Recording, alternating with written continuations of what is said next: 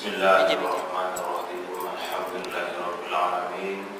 Wassalatu wassalamu ala asyrafil anbiya'i wal mursalin sayyidina Muhammadin wa ala alihi wa ashabihi ajma'in.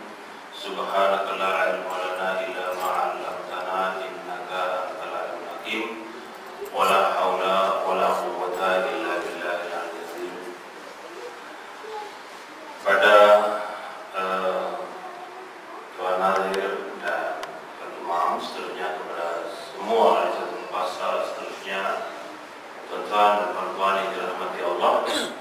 Alhamdulillah malam hari ini dapat sama-sama kita terhimpun di suatu majelis dalam memperingati peristiwa tahun baru hijrah atau menyambut tahun baru hijrah. Sebenarnya hijrah Nabi itu bukan pada awal Muharram sebenarnya, ya. Ini kita membuat kebetulan barangkali ada yang salah paham. Hijrah Nabi itu bukan pada awal Muharram, tapi hijrah Nabi yaitu pada hari Senin tanggal 12 bulan Rabiul Awal. Zaman Nabi tidak ada peringatan tahun baru hijrah, tidak ada. Dan tahun baru hijrah itu mulai diperkenalkan pada zaman Khalifah Umar bin Khattab. Setelah menjawab sebagai khalifah 4 tahun, barulah membuat apa yang disebut sebagai tahun baru hijrah, di bawah perbincangan. Dihitung dari mana satu? Dari kelahiran Nabi, dari semenjak Nabi dilantik jadi Nabi, atau daripada mana? Maka dengan sebulat suara adalah mereka bersetuju supaya tahun baru khas bagi umat Nabi Muhammad SAW adalah dihitung daripada peristiwa hijrah Nabi daripada Makkah ke Madinah. Coba mengenai hijrah Nabi daripada Makkah ke Madinah ini begitu berbahaya, dan Nabi Muhammad SAW tidak boleh membuat satu kesilapan sedikit pun, salah sedikit buruk padanya. Ini peristiwa hijrah. Peristiwa hijrah ini bermula daripada begini. Rasulullah SAW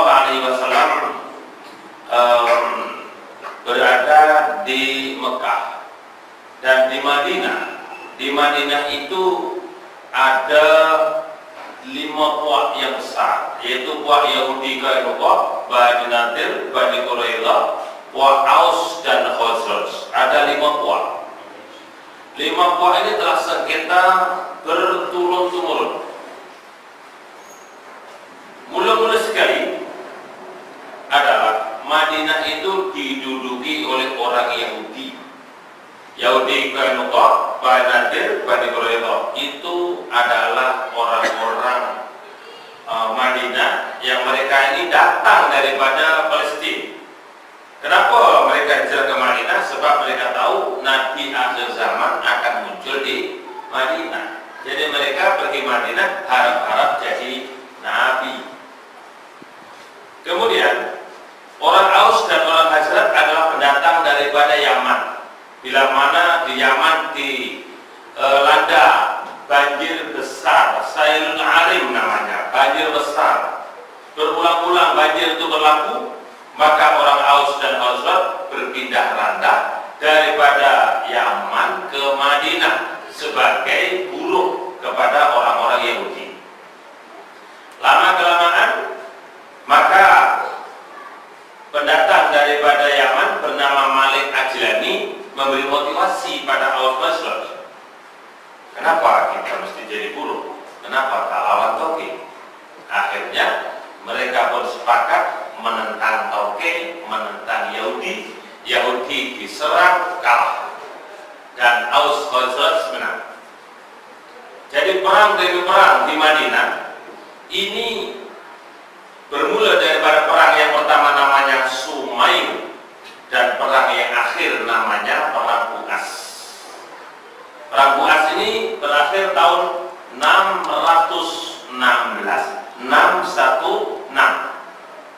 genjatan senjata.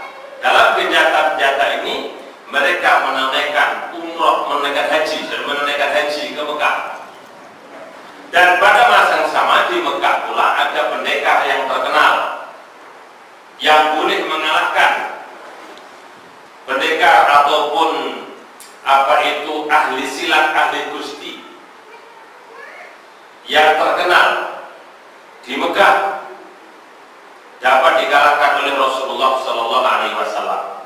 Maka Rasulullah namanya terus terkenal sebagai ahli gusti. Jadi kalau tonton ini jadi pendekar, memang Nabi kita ini adalah pendekar.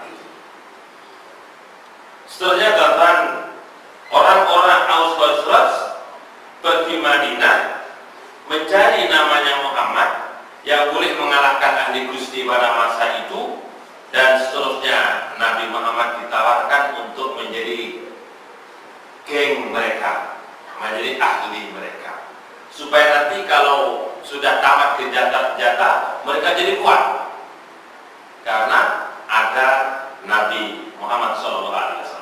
Ahli gusti itu namanya ialah Rukanah. Lelaki ini bukan perempuan, Rukanah namanya.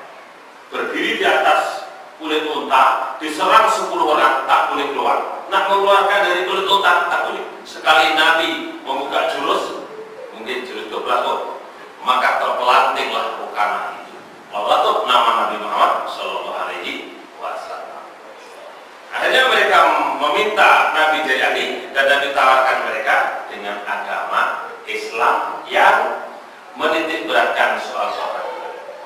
Tawaran ini diterima oleh orang Aus dan orang Khazraj. Akhirnya orang Aus Khazraj balik Madinah disertakan dengan seorang cikgu, seorang guru yang bernama Cikgu Mukri. Nama asalnya yaitu Mus'ab bin Umair. Dihantar oleh Rasulullah SAW untuk mengajar di Madinah, dan orang-orang Madinah menerima ajaran Rasulullah Sallallahu Alaihi Wasallam ini. Maka tahun depannya menjemput Nabi supaya hijrah daripada Makkah ke Madinah. Seterusnya pada bulan haji mereka menjemput Nabi, dan pada bulan Muharram, Safar, Maulud, 4 bulan daripada musim haji itu Nabi pun hijrah daripada Makkah ke Madinah. Mula-mula sekali Nabi Muhammad SAW berhijrah daripada Makkah ke Madinah bermula daripada para sahabat telah hijrah dulu ke Madinah. Mekah, Madinah, Syam. Madinah ini laluan mereka pergi ke Syam untuk berniaga. Jadi kalau orang-orang Islam berada di Madinah adalah menjadi ancaman kepada orang Mekah. Maka sebelum Nabi hijrah ke Madinah, terlebih dahulu wajib dibunuh. Ini masalahnya. Seterusnya bahkan diadakan musyawarah tergempar di parlemen, di Darun Nadwa. Bila disebut Darun Nadwa, maknanya keputusan itu diamalkan seluruh negara. Ini bukan DUN, ini parlemen. Jadi keputusan musyawarah dalam parlemen akan dikuatkuasakan di seluruh negara. Darun Nadwa, yaitu Nabi Muhammad dibunuh. Seterusnya teman-teman, pada hari yang ditetapkan Nabi Muhammad dikepung, dibakar betis, pendek kata pasti mati, tak boleh tidak. Cuma mereka, ya, Nabi Muhammad SAW telah pun dilindungi oleh Allah Subhanahu Wa Taala, dan akhirnya mereka dalam musyawarah itu menunggu Nabi Muhammad keluar baru dibunuh. Nabi Muhammad rupanya tak keluar. Mereka menunggu keluar rumah, tunggu sampai tertidur. Bila dah tertidur, maka Nabi Muhammad pun barulah keluar ke rumah Abu Bakar, kemudian menuju ke Jabal Sur. Jabal itu gunung, Sur itu sapi, gunung sapi. Kadang-kadang yang sudah haji pun tak paham Jabal Sur itu apa. Gunung sapi, bukit yang bentuknya seperti bumbulnya lembu. Bentuknya bumbul macam ini, turun. Nah, disinilah terletaknya Gua Sur. Saya dah banyak kali dah masuk Gua Sur, masuk dalam. Ya, kalau tonton nak tengok langit tinggi atau rendah, sekali-kali naik ke Jabal Sur, baru nampak. Ya, punya tinggi, punya besarnya sebesar ini, sebesar meja ini. Lubangnya sebesar ini, kita masuk ke sini, keluar ke sana. Kita masuk mesti merangkak, tak boleh berdiri. Nah, kalau berdiri tak banyak umum. Macam mana? Memang aja udah berdiri macam mana? Merangkak selama dalam Gua Sur itu. 3 hari Nabi dalam Gua Sur, hari Jumat, hari Sabtu, hari Ahad, Nabi pun bergerak menuju ke Madinah. Sampai Madinah menjelang zuhur. Dan di Madinah disambutlah dengan meriahnya oleh anak-anak muda dengan kompak. Dufuf maknanya dengan kompak, dan nasyid yang terkenal yaitu nasyid Tola'al Badru Alaina. Nasyid ini kemudian didengarkan oleh penyanyi terkenal Mesir yaitu Ummi Kalsum, dan kemudian ditirulah oleh penyanyi-penyanyi di Asia termasuklah di Indonesia dan kemudian di Malaysia. Tola'al Badru Alaina ya, yang mula-mula sekali dulu adalah Ummi Kalsum, artis yang terkenal pada masa itu, dan beliau wafat pada tahun 74. Tuan dan puan-puan yang dirahmati Allah, ini peristiwa ringkas mengenai hijrah Nabi Muhammad SAW. Saya nak tarik perhatian dengan adanya Nabi Muhammad hijrah daripada Makkah ke Madinah. Maka di Madinah Nabi Muhammad SAW kemudian membentuk satu organisasi atau membentuk satu musyawarah agung, yaitu memilih pucuk pimpinan. Ini kalau bahasa sederhananya disebut sebagai musyawarah agungan, ya. Kalau bahasa kasarnya disebut sebagai pilihan raya. Nabi Muhammad SAW datang tepat pada waktunya, di mana orang-orang Madinah pada masa itu seperti saya sebutkan tadi bersengketa dan ratus tahun. Mereka berperang sesama sendiri, puak demi puak. Ada orang pergi pasar, orang perempuan pergi pasar, tudung diikat dengan bakul. Bila berdiri, maka terbukalah tudung itu. Bila terbuka tudung itu, maka yang mengikat tadi dicari dibunuh. Akhirnya yang membunuh tadi dibunuh oleh ahli waris si mati tadi. Akhirnya puak sini membantu, puak sana membantu, dan perang itu bertahun-tahun lamanya. Ini tabiat kaum Madinah sebelum kedatangan Nabi Muhammad SAW. Itu makanya Nabi sangat-sangat melarang apa yang disebut sebagai asobiyah. Asobiyah itu artinya membela kumpulan walaupun salah. Itu asobiyah. Dilarang oleh Rasulullah SAW. Jangan salah paham tentang definisi asobiyah. Rasulullah disoal, apa salah orang membela kaumnya? Rasulullah menjawab, loh, maksud asobiyah bukan soal membela kaumnya. Asobiyah yaitu membela kumpulannya walaupun kumpulan itu salah. Salah tetap salah, walaupun itu keluarga kita, saudara kita, bangsa kita. Benar tetap benar, walaupun itu bukan bangsa kita. Ini namanya asobiyah. Asobiyah penyakit yang boleh menjadikan umat Islam digaduh sesama sendiri, ya karena asobiyah. Puak-puak. Jadi Rasulullah SAW datang ke Madinah, di mana di Madinah ada 5 puak ini dah gaduh bertahun-tahun. Jadi Nabi Muhammad datang mengadakan pilihan raya, mengadakan satu musyawarah agung. Satu sama lain penduduk Madinah sudah pernah gaduh. Jadi kalau nak pilih Aus, yang lain takut. Pilih Hazrat, yang lain takut. Pilih apa lagi? Kainuko, Bani Quraidah, nak dipilih jadi ketua, yang lain takut. Pasal sudah pernah bermusuhan. Tapi Nabi Muhammad SAW tidak. Nabi Muhammad ini dia semua kawan. Aus Khazraj kawan. Orang-orang Yahudi kawan. Macam mana kita tahu Nabi Muhammad kawan Yahudi? Iya. Nabi Muhammad sampai Madinah saja sholatnya ditukar, menghadap ke kiblat orang-orang Yahudi, yaitu menghadap ke Sohroh. Sohroh artinya batu besar. Batu besar artinya batu bergantung yang berada di Masjidil Aqsa.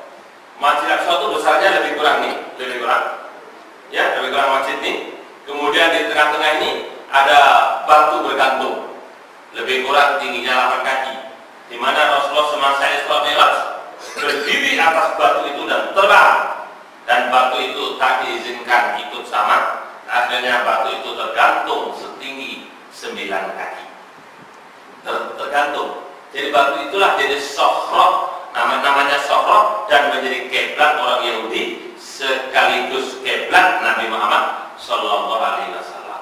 Orang Yahudi kawan dengan Nabi Muhammad Sallallahu Alaihi Wasallam. Nabi Muhammad baik pada orang Yahudi, tapi baik ada makna, paham kan?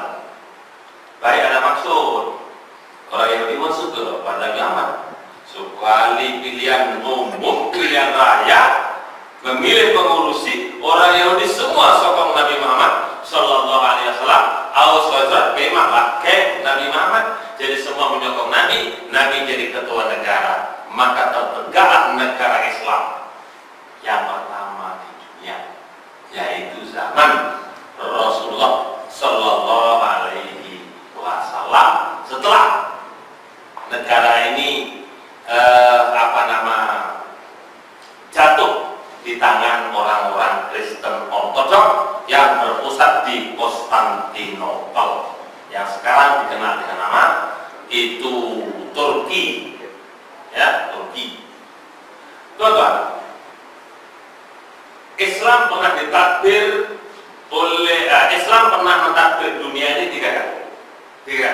Yang pertama di zaman Iskandar Dzulqarnain, satu dunia dipimpin oleh Iskandar Dzulqarnain. Yang kedua ialah Nabi Sulaiman.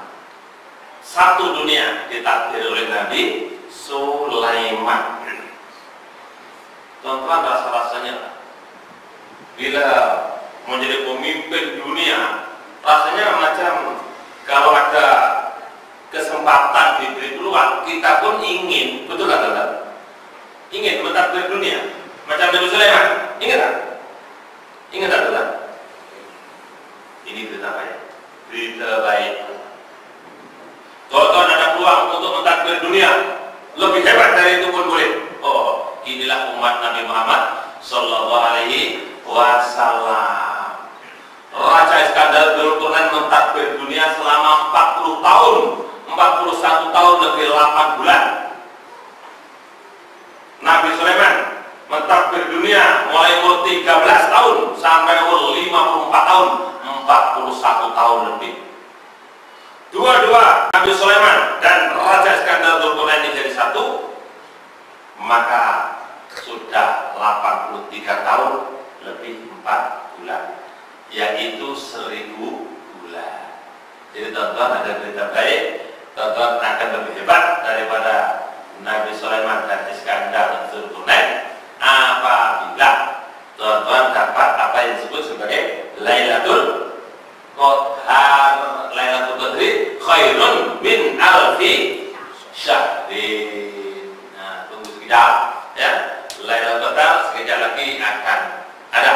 Sekarang masuk bulan Muharram, nanti masuk bulan Ramadan, ada Lailatul Qadar, ada peluang untuk lebih hebat dari Nabi Sulaiman dan Raja Iskandar Dzulqarnain. 2. Yang ketiga adalah pulih Nabi Muhammad Sallallahu Alaihi Wasallam. Nabi Muhammad menjadi menegakkan negara Islam, yaitu bermula dari tahun 622 Masehi, dan kerajaan Nabi Muhammad bertahan sehingga 13 abad, 1300 tahun, dan jatuh pada tahun 1924, yaitu pada 3 hari bulan 3 1924 Islam jatuh di Turki Utsmaniyah, kerajaannya akhir namanya Abdul Majid II, dan jatuh di tangan Mustafa Kamal, Bapak Turki. Apa? Kalau bahasa Turkinya Ataturk, nah, kalau bahasa Jawanya Bapak Turki, Mustafa Kamal, ya. Tapi Mustafa Kamal pun diazab oleh Allah Ta'ala dengan dahsyatnya, dan umur pun tak panjang. Lahir 1881 dan wafat mati tahun 1938. Mustafa Kamal Atatürk yang menjatuhkan kerajaan Islam. Tuan-tuan yang dirahmati Allah, kita bicara dalam soal Khalifah Rasulullah Sallallahu Alaihi Wasallam selama 1.300 tahun, ya.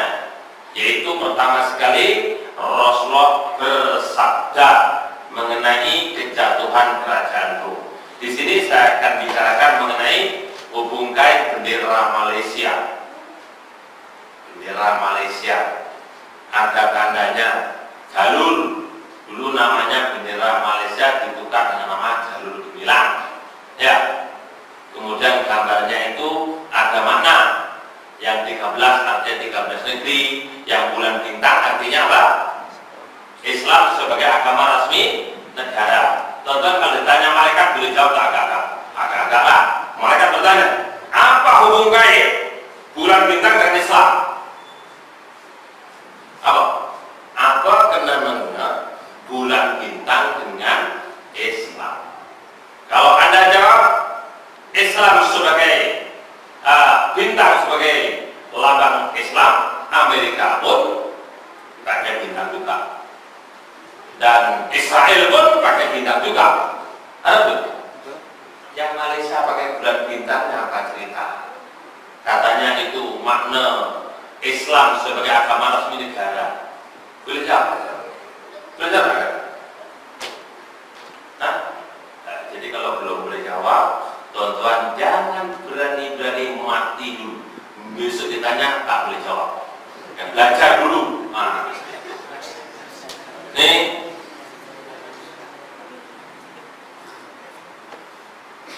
tuan-tuan, apa yang disabda Nabi semua benar, tepat, semua benar. Walaupun orang-orang kafir menertawakan. Ketika Nabi menggali parit pada tahun 5 Hijrah, Nabi di Madinah akan diserang besar-besaran daripada Mekah, seramai 10.000 tentara yang ditaja oleh Yahudi bekerjasama dengan pihak Mekah untuk menamatkan riwayat hidup Nabi Muhammad SAW. Maka Nabi Muhammad menggali parit atas cadangan Salman Al-Farisi. Ketika itu 10 orang satu kumpulan mesti menyelesaikan parit sejauh dalam 60 kaki, buka lebih kurang dalam 20. Sekiranya kuda melompat tak lepas, orang masuk dan keluar susah, pakai cangkul. Jadi satu kumpulan kena selesaikan 60 kaki itu dalam sekian masa. Pada masa itu namanya Jabir bin Abdullah, ada bagian batu keras.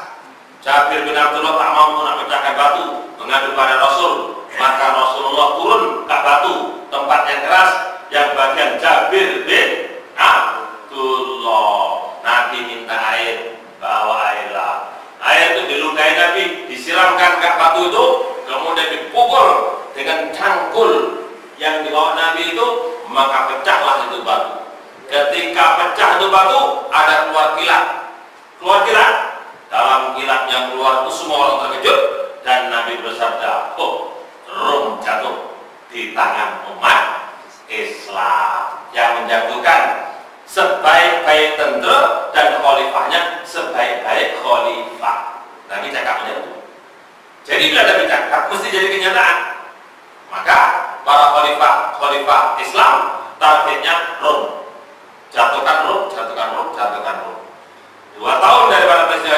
tahun ya, 3 tahun dari peristiwa itu perang Rom telah pun bermula yang dipimpin oleh Zaid bin Harithah, Ja'far bin Abi Thalib, Abdullah bin Rawahah, dan akhirnya oleh Khalid bin Walid.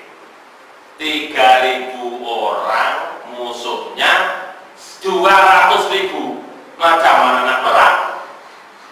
Ini bukan skrip film. Kalau skrip film senang, nanti yang ini mengalah, ini menang, itu skrip. Ini betul-betul 1 lawan 65, boleh? Zaid bin Harithah tewas, kemudian diganti Ja'far mati, diganti oleh Abdullah bin Rawahah. Abdullah bin Rawahah juga gugur syahid, dan akhirnya diganti oleh Malik Ajlani.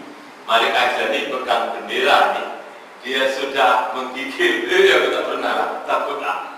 Akhirnya ditangkap oleh Khalid bin Walid. 3.000 lawan 200.000.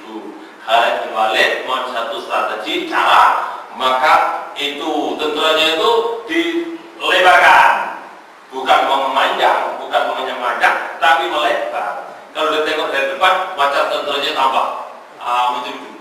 Padahal melebar itu nak cabut, nak lari. Akhirnya berjaya bawa lari dengan selamat. Ini Khalid bin Walid. Sepatunya habis bersih. 3.000 lawan 200.000 nak cakap apa? Sepatunya habis. Nabi Muhammad itu tak ikut. Kalau Nabi Muhammad ikut, kalau tak kena berasa, mukjizat turun. Ini tak ikut, macam mana? Khalid bin Walid bawa cabut sampai di Madinah. Khalid bin Walid dibu. Farah, lari. Nabi kata karor. Iya. Jadi perang Rom pertama tahun 8 Hijrah, Rom kedua pada ketika Nabi wafat, yaitu tahun 10 Hijrah. Tahun 10 Hijrah mana? Tahun 632. Ini Nabi wafat. Perang Rom yang kedua dipimpin oleh budak kecil namanya Osama. Kenal Osama lah? Osama kenal? Oh ya kenal semua dah. Osama bin Zaid. 700 orang pergi, 700 orang balik. Perang Rom yang kedua menang. Tapi menang ini bukan bermakna menang menjatuhkan Rom. Menang dalam peperangan di Rom gitu. Umpamanya menyerang Selangor, tapi Selangornya di sama Benangga. Satu kampungan kecil diserang, menang, itu aja. Banyak pusat pun tak tahu. Itu menang lah. Osama bin Zaid panglimanya. Kita tahu seterusnya daripada masa ke masa. Khalifah targetnya nak jatuhkan Rom. Sahabat Umar berjaya jatuhkan Rom, tapi bukan pusat, yaitu di Palestina. Perang sahabat Umar tak menang tak kalah. Akhirnya sahabat Umar turun pada apa pasal orang Islam tak menang tak kalah. Maka sahabat Umar membuat penelitian. Sudah tahu sekarang apa sebab itu tak menang tak kalah. Sebabnya yaitu karena mereka kalau sholat tidak pakai siwak, tidak rapat softnya, tidak tahajud. Nah, suruh 3 ini, suruh pakai siwak, rapatkan soft dan sholat tahajud. Sepatutnya kan bukan itu. Sepatutnya karena engkau tak boleh menang nih, engkau punya batu asah tak cukup, latihan tak cukup, makanan tak cukup bergizi, latihan ya lari pagi, exercise apa semua tak cukup. Sepatutnya begitu, tapi ini tidak. Ikut cadangan Umar, 3 hari kemudian itu Palestina dapat dikalahkan oleh sahabat Umar bin Khattab, tapi bukan pusat. Jadi teman-teman, Rasulullah bersabda selepas Rasulullah wafat nanti akan khalifah yang menggantinya sehingga 30 tahun. Maka 30 tahun sahabat Ali meninggal dunia. Maka setelahnya diganti oleh khalifah keduanya, yaitu khalifah Umayyah atau Umayyah, bertahan sehingga 83 tahun lebih 4 bulan sepanjang Lailatul Qadar. Lailatul Qadri khairun min alfi syahr.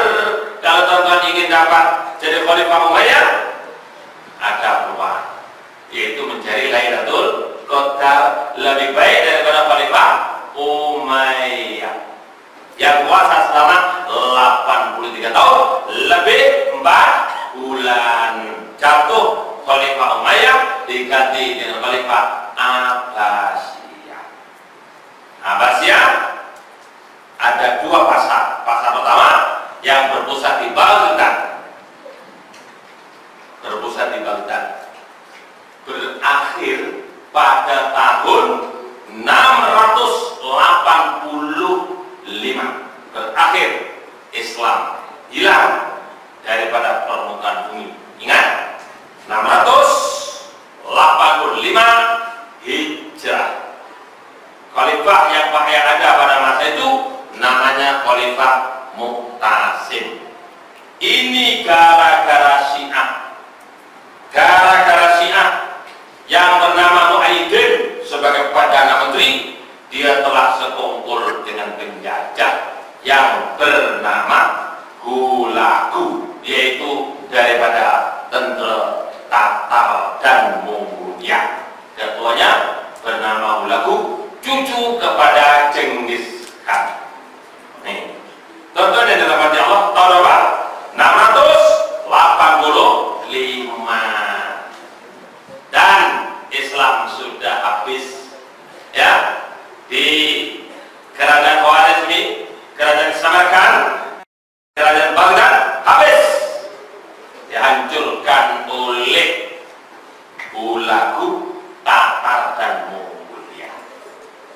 Daripada Cina, habis Islam, dibunuh tak ada tertinggal kecuali orang-orang Syiah, karena orang Syiah ingin jadi khalifah.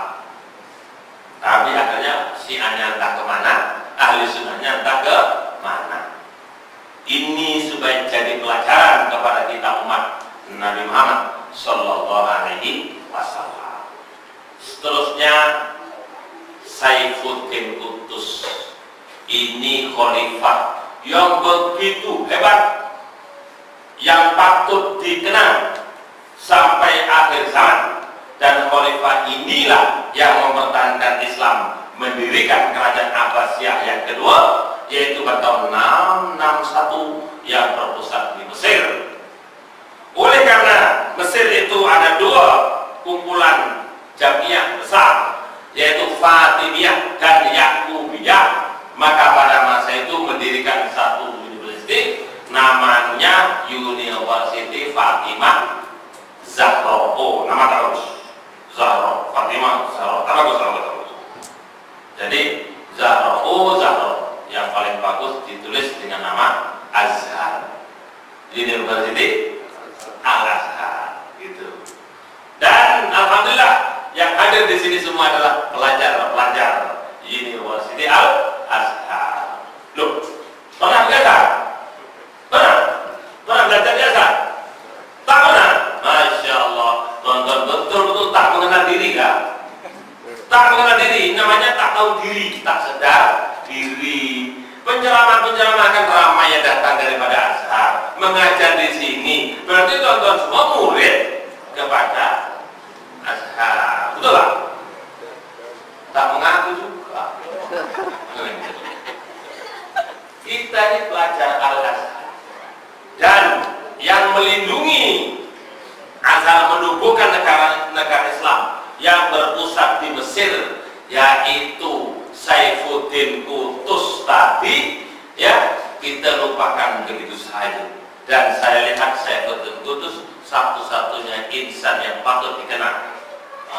Begitu. Sebab apa? Itu Baghdad sudah jatuh, dah marah sampai ke Damaskus sudah habis. Menuju ke Mekah Madinah melalui Mesir, dan Palestina. Palestina Mesir itu 35 km. Maknanya musuh lagi 35 km sudah sampai di Mesir. Di situ khalifahnya pada masa itu umur 13 tahun.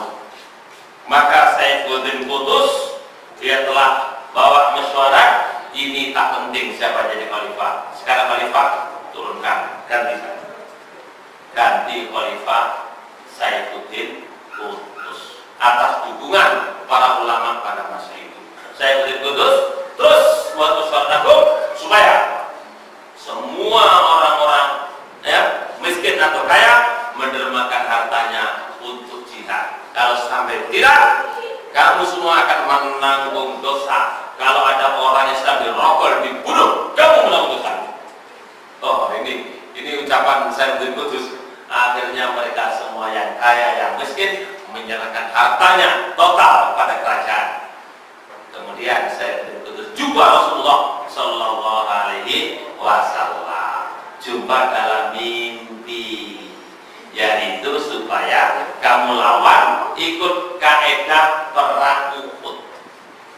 Duduk Madinah, duduk Mekah, duduk Madinah, kaedah perang Uhud di luar Madinah. Ya, di luar Madinah, di Mesir ya, mereka di Mesir. Nah, ikut kaedah perang Uhud, jangan perang di dalam negara Mesir, tapi keluar daripada Mesir menuju ke Palestina. Dipimpin oleh Saifuddin Qutuz. Ini dia.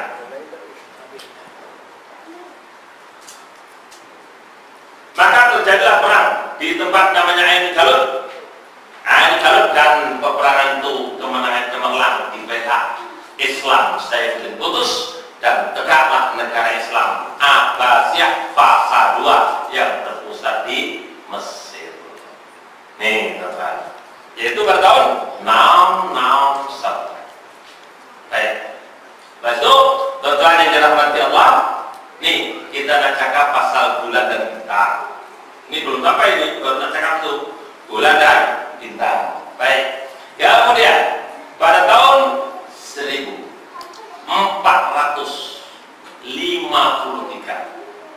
Oke, kita lihat ke Indonesia.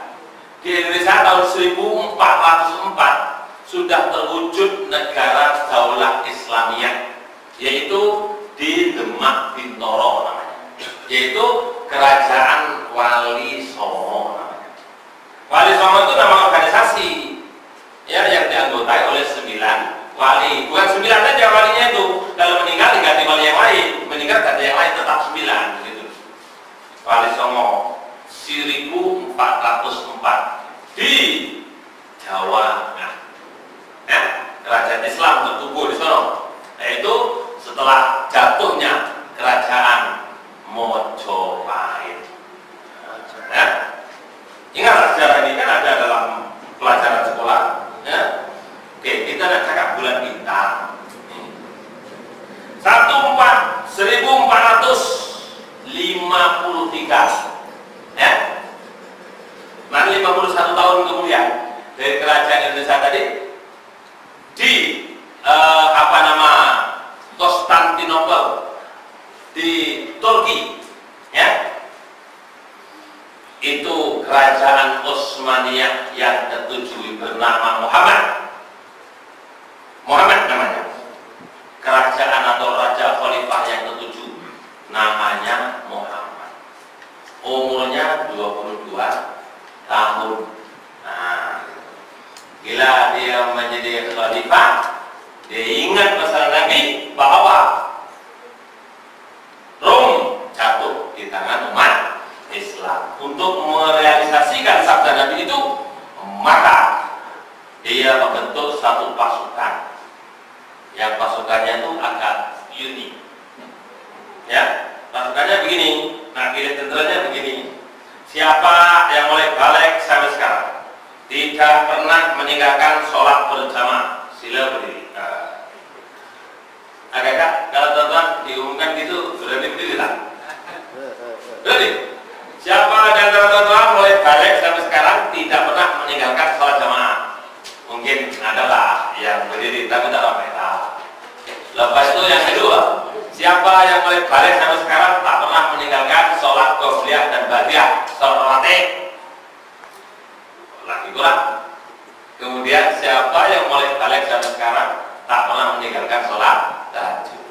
Nah, itu cara memilih gendron. Akhirnya cuma dia seorang, dialah jadi khalifah untuk menentang kepada Turki Utsmaniyah yang disebut sebagai Bizantin ataupun Konstantinopel.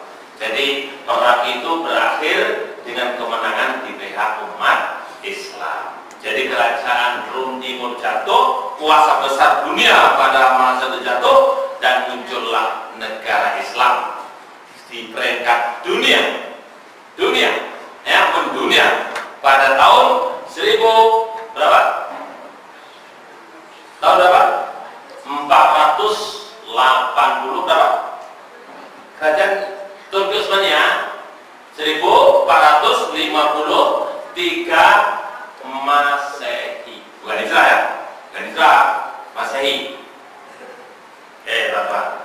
Jadi pada masa proklamasi kemerdekaan, ya, pada masa pengisytiharan kerajaan Turki Utsmaniyah, pada masa itu ini ya, di atas bulan ada cahaya, bulan yang di atas, ya, begitu terang, dan bulan itu dikelilingi dengan bintang-bintang. Tak pernah berlaku. Bulan dikelilingi dengan bintang di langit, bulan gitu.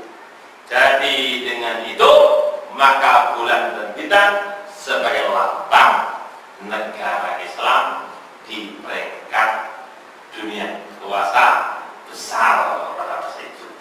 Itulah maka Malaysia ambil tabaruk, ambil berkah bulan dan bintang di zaman 1453 tadi, 1453 tadi adalah diletakkan di bendera Malaysia. Nah, gitu. Ini semua warga Malaysia. Orang Malaysia kadang-kadang tak tahu cerita. Nah, yang tahu orang Jawa. Dan, inilah. Jadi maknanya itulah sebab musafah kenapa bulan bintang menjadi lambang Islam. Termasuk di masjid ini sedang ditempatkan bulan dan bintang akan diletakkan di atas menara, agaknya begitu, betul? Iya, betul lah. Ini siapa tak tahu? Insya Allah, kenapa tuh bulan dan bintang jangan tandu lembu, lain. Tandu lembu tak boleh. Tandu lembu tuh macam ini, menghadap ke atas. Tandu lembu itu. Kita mau sengit macam ini, kemudian di tengah ada bintangnya. Dan bulan saja tak boleh, bintang saja pun tak boleh. Loh, kenapa Israel juga pakai bintang? Bintang Israel tonton hitung. Bintang itu bukan bintang biasa. Bintang luar biasa namanya bintang 6 jalan 6. Ada dengan kata 6 jalan? Nah, ceritanya begini. Palestina itu asal usulnya dulu yang punya Palestina itu adalah Bani Kan'an. Bani Kan'an ada 6 bani, ya. Macam Yahudi kan 3 bani tadi. Ini 6. Jadi 6 bani itu maka dibuat lambang bintang yang ada 6 penjuru. Ya, bujunya 6.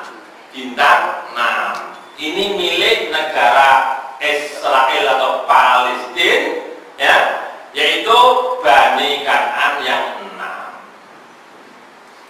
Lalu yang ada pada hari ini, Israel yang ada pada hari ini menggunakan lambang bintang itu seolah-olah dialah merupakan penghuni asal negara Israel.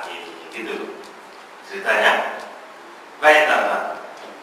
Jadi kita bicara dalam soal Israel tak Israel, Yahudi tak Yahudi, ini pun umat Islam masih agak kabur. Untuk itu sebenarnya awal Muharram ini baik saya perjelaskan apa Yahudi, apa Israel, dan apa itu Zionis. Mengapa orang-orang Israel itu ada di Palestina Siapa yang meletakkan di sana? Baik.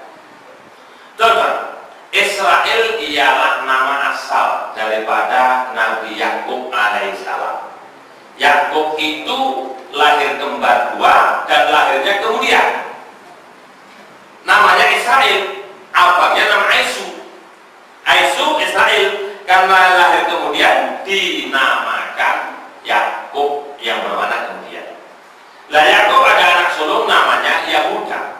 Yahuda samun Rabin Lawa Yusuf Benyamin asal Yazid jadi Dana Naftali Rubalu. 12 anak-anak Nabi Yakub yang sulung namanya Yahuda. Jadi siapa-siapa anak cucu Yahuda itu dinamakan bangsa Yahudi. Nabi yang bangsa Yahuda ada 3, yaitu Nabi Sulaiman, Nabi Daud, dan Nabi Isa. Ini asli keturunan daripada Yahuda. Dinamakan Yahudi. Jadi Yahudi itu keturunan bangsa. Agamanya apa? Agamanya adalah agama Islam. Loh, itu yang bingung. Agamanya Islam, bangsanya Yahudi. Gitu. Israel, Bani Israel, Yahudi itu benda yang sama, itu nama-nama yang mulia, nama yang baik, tetapi diklaim atau diambil nama, digunakan pakai nama itu oleh penjahat. Apa ceritanya? Yang itu.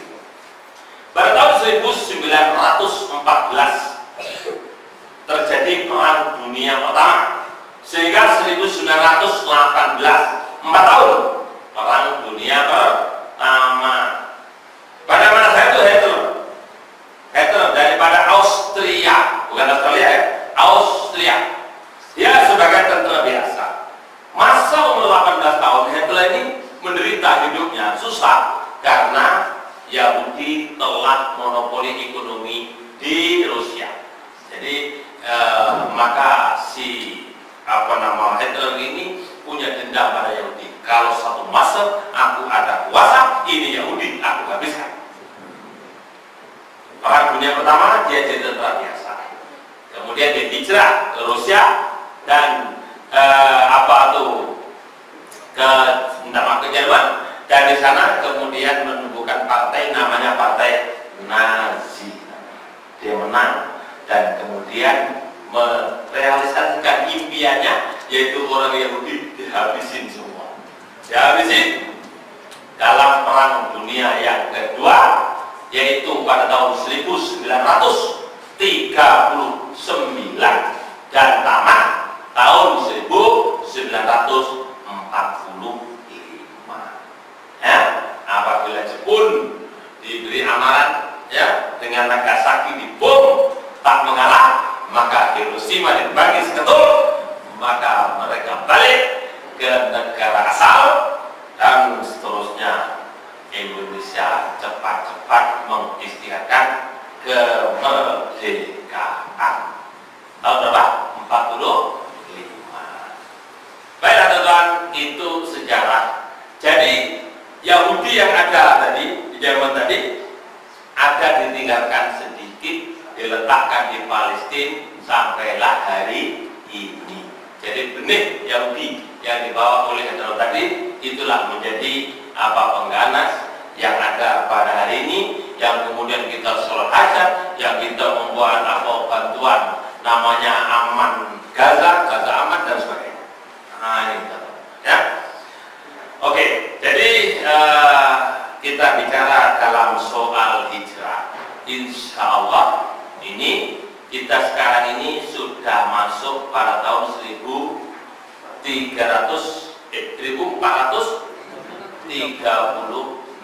sekarang. Tanggal hijrah itu pindahnya waktu maghrib. Kalau yang Masehi Miladiyah itu pindahnya tengah malam. Rotek mati pada hari ini, maka masih sah laku sehingga tengah malam. Nah, tapi kalau itu yang hijrahnya adalah maghrib, sudah bertukar. Jadi sekarang ini dinamakan hari Sabtu, bukan hari Jumat. Hari Jumat habis waktu asar tadi, masuk maghrib, habislah hari Jumat, masuklah hari Sabtu. Sekarang kita sudah masuk tahun baru 1436. Jadi masa teman ada 3 masa yang sudah berlalu, tidak akan patah balik. Masa yang akan datang entah kita sampai entah tidak. Yang ketiga, masa yang sedang kita pakai sekarang ini, maka masa inilah gunakan sebaik-baiknya. Dalam memperingati tahun baru Hijrah ini, kita ingatkan tentang perkataan nasihat sahabat Umar bin Khattab, yaitu manusia ada 3. Ada manusia yang percaya, ada manusia yang rugi, ada manusia yang binasa. Tuan-tuan tengok ya, sekarang ini tuan-tuan boleh tengok tergolong orang mana, yang 1K, yang 2K, yang 3K. Yang percaya siapa? Yaitu orang yang tambah umur tambah baik. Hari ini lagi baik daripada semalam. Tahun ini lagi baik daripada tahun semalam. Bulan ini lagi baik daripada bulan semalam. Ini disebut orang yang percaya. Orang yang rugi ialah orang yang hari ini kira sama dengan hari semalam. Bulan ini sama dengan bulan semalam. Itu disebut sebagai orang yang rugi. Orang yang binasa hari ini lebih buruk daripada hari yang sudah. Nah, ini teman-teman. Maka kebaikan-kebaikan yang kita sudah lakukan, kita perlu maintain, perlu kita jaga. Contohnya teman-teman, berapa ramai orang yang sudah haji. Tengok, orang sudah haji. Teman-teman, kalau haji confirm semasa di Mekah, sholat 5 waktu berjamaah. Sewaktu di Mekah dengan pakaian ala Arab, ya, dengan jubahnya, dengan selbannya, dengan berus gigi siwak, dengan tasbihnya. Nah, waktu di sana, tengok, bila dah balik apa macam, boleh dijaga terus ataupun tanggal 1 per 1. Nah, kita dapati kebanyakan mereka bila dah balik 1 per 1 tanggal. Yang pertama tasbih tanggal, yang kedua siwak tak pakai lama-lama, kemudian jubah tak pakai lama-lama, serban pakai lama-lama, songkok pun tak pakai. Songkok tak pakai, dibagian Pak Haji pun dia tak mau. Jangan. Ini menunjukkan apa? Termasuk dalam 6 jahanam tadi. Ini termasuk satu kerugian yang besar. Ya, saya ada satu kawan haji tak mau. Jadi teman, bagi yang sudah haji, apabila ditanya orang, siapa nama? Saya nama Haji Abdul Rohim. Sebut nama haji. Apa sebab? Sebab sebut haji, kita ingat Mekah, ingat sholat berjamaah 5 waktu. Itu maksudnya. Jadi kalau orang sudah haji, kita panggil sebut nama haji supaya dia ingat semasa di Mekah. Tuan haji, macam mana, apa kabar? Itu. Jadi maknanya hajinya karena sebut. Jangan malu, jangan segan. Kita daripada haji bukan bermakna kita ini dipuji, tidak, tapi itu adalah suatu cara memperingatkan orang yang sudah haji. Kalau kita kenalkan diri kita dengan nama haji, ini juga berarti memperingatkan kita sudah pergi Mekah, sudah haji. Semasa haji kita melontar jamrah.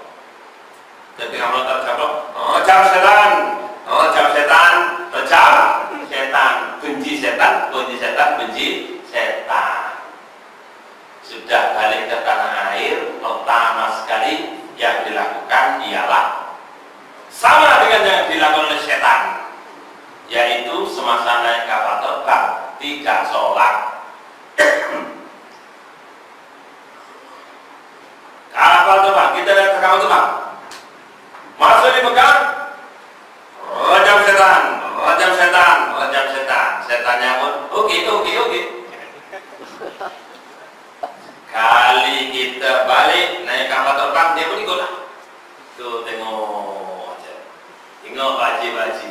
Dia telah istihar rejam setan. Sekarang apa macam? Sudah tak sembahyang. Sekali turun ke kelek, setan juruk di belakang tiang belatu. Tuh, tengok aja. Tiang belatu. Nah, Pak Haji ini sembahyang kalah tak sembahyang. Buru ya, Pak Haji itu sudah tengok menangis kalau cermin sana, maka dia pun terus balik. Sholatnya nanti aja lah di jamaah tayyah. Jamaah ada 3, jamaah takdim, jamaah takhir, dan jamaah tayyah.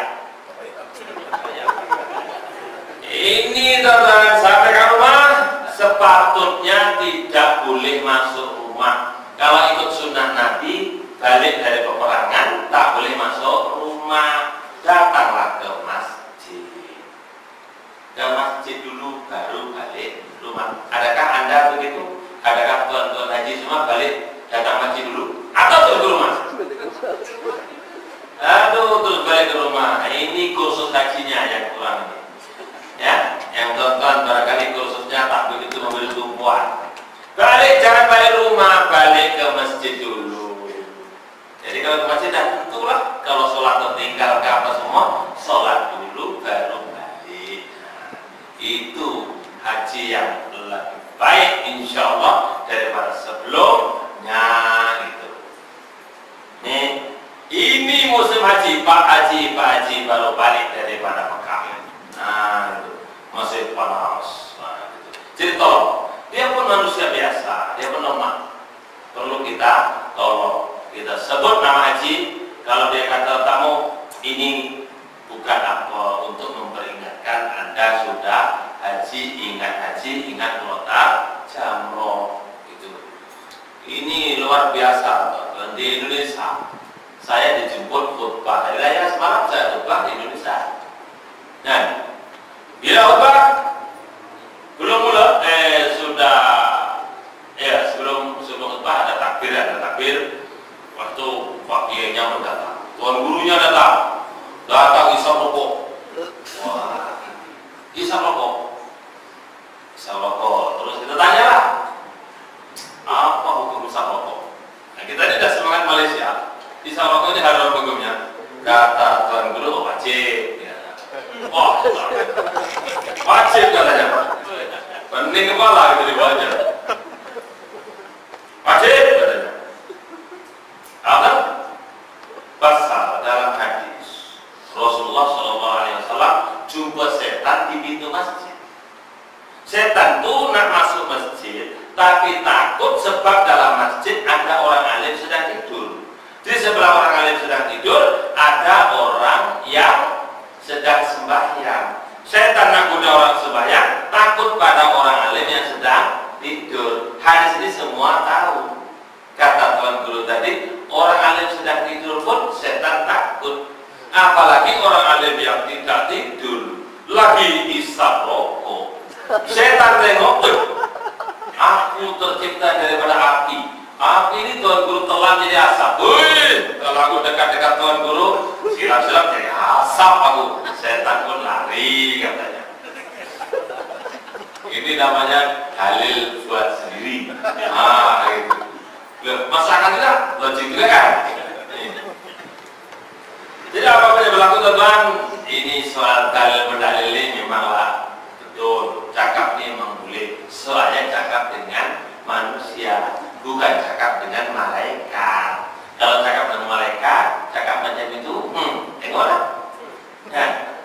Oke, harta di mana kamu perolehi, kemana kamu gunakan, macam mana cakap? Rokok harganya 7 ringgit. Satu hari habis.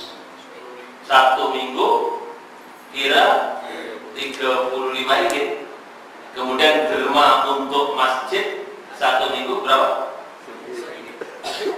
Lepas tak agak. Oke.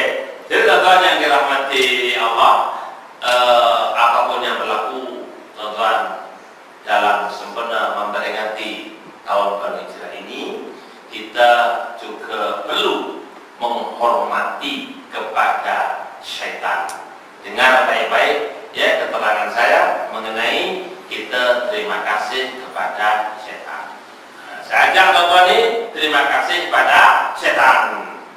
Loh, wah ini sudah luar biasa. Terima kasih pada setan. Mana boleh? Dengar dulu. Ceritanya begini. Setan ini cip kepada malaikat, ketua malaikat.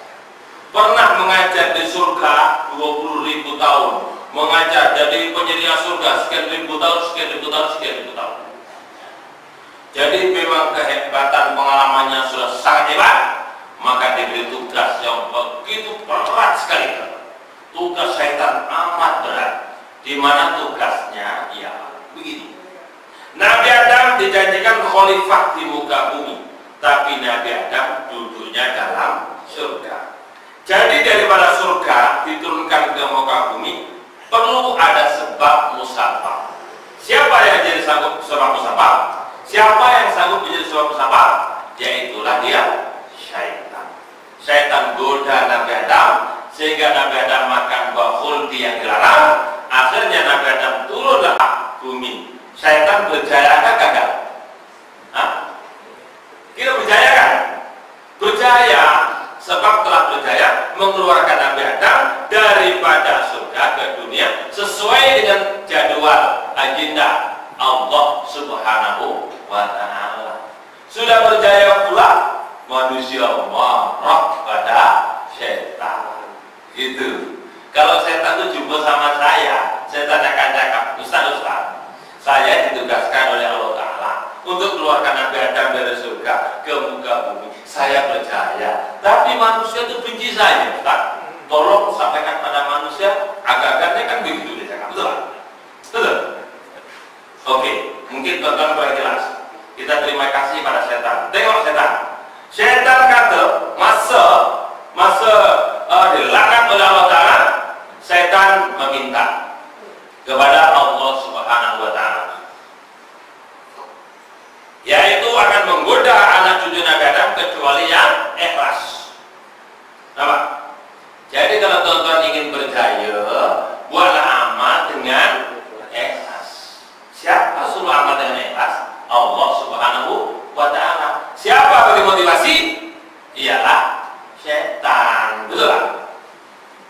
Jadi kalau tuan-tuan ingin berjaya, amalan dengan ikhlas. Kalau tidak, kalah dengan syaitan. Yang kedua, syaitan disebut oleh Rasulullah sallallahu alaihi wasallam, "Ma min qaryatin aw badwin la taqamu fihi jama'ah illa istaqwata 'alaihi syaitan. Fa 'alaikum bil jama'ah fa inna dhiba yaqul qasiyata." Maksudnya, Korea ataupun perkampungan yang diduduki 3 orang lalu tidak didirikan sholat berjamaah adalah Korea itu dikuasai oleh syaitan. Oleh itu adalah kamu sholat dengan berjamaah, karena syaitan itu hanya makan, karena serigala itu hanya makan binatang yang mengasingkan diri dari kumpulan. Mana kalau kita sholat sendiri akan dipaham oleh setan.